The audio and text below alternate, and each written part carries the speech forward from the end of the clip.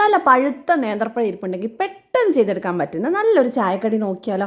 അപ്പോൾ ഉണ്ടാക്കാൻ ആദ്യം നമുക്ക് വേണ്ടത് 2 നേന്ത്രപ്പഴമാണ്. അത്യാവശ്യം പഴുത്ത പഴമാകുമ്പോൾ കുറച്ചുകൂടെ ടേസ്റ്റ് ഉണ്ടാവും കേട്ടോ. അത് കട്ട് ചെയ്തിട്ട് മിക്സിയിൽ ജാറിലേക്ക് ചേർത്ത് കൊടുക്കുക. പിന്നെ വേണ്ടത് 2 കോഴിമുട്ടയാണ്. അത്യാവശ്യം വലുപ്പമുള്ള കോഴിമുട്ടയാണ് കേട്ടോ. പിന്നെ മധുരത്തിന് ഏകദേശം ഞാൻ ഒരു അരക്കപ്പിൻ്റെ അടുത്ത് പഞ്ചസാര എടുത്തിട്ടുണ്ട്. അത് നോക്കിയിട്ട് വേണമെങ്കിൽ കൂടുതൽ ചേർക്കാം. അരക്കപ്പോളം പാലും കൂടെ ചേർത്തിട്ടുണ്ട്. പിന്നെ നമുക്ക് ഒരു 2 നുള്ളൽ ഒരു 1/4 ടീസ്പൂൺ ഏലക്കാപ്പൊടി ചേർത്തിട്ട് ഇതിന് നന്നായിട്ടൊന്ന് അടിച്ചെടുത്തിട്ട് വരാം. അപ്പോൾ നല്ലപോലെ നമ്മളിത് അടിച്ചെടുത്തിട്ടുണ്ട്.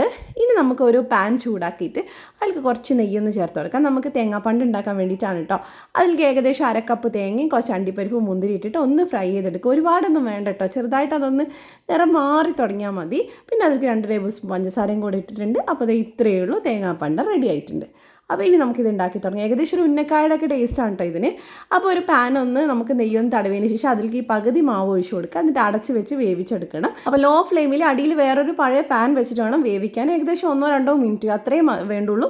അതിനുശേഷം മേൽഭാഗം ചെറുതായിട്ടൊന്ന് സെറ്റ് ആയതിന് ശേഷം ഇതിലേക്ക് നമ്മൾ ആ തേങ്ങാപ്പണ്ട മൊത്തത്തിൽ അങ്ങോട്ട് ഇട്ട് കൊടുക്കുന്നുണ്ട്.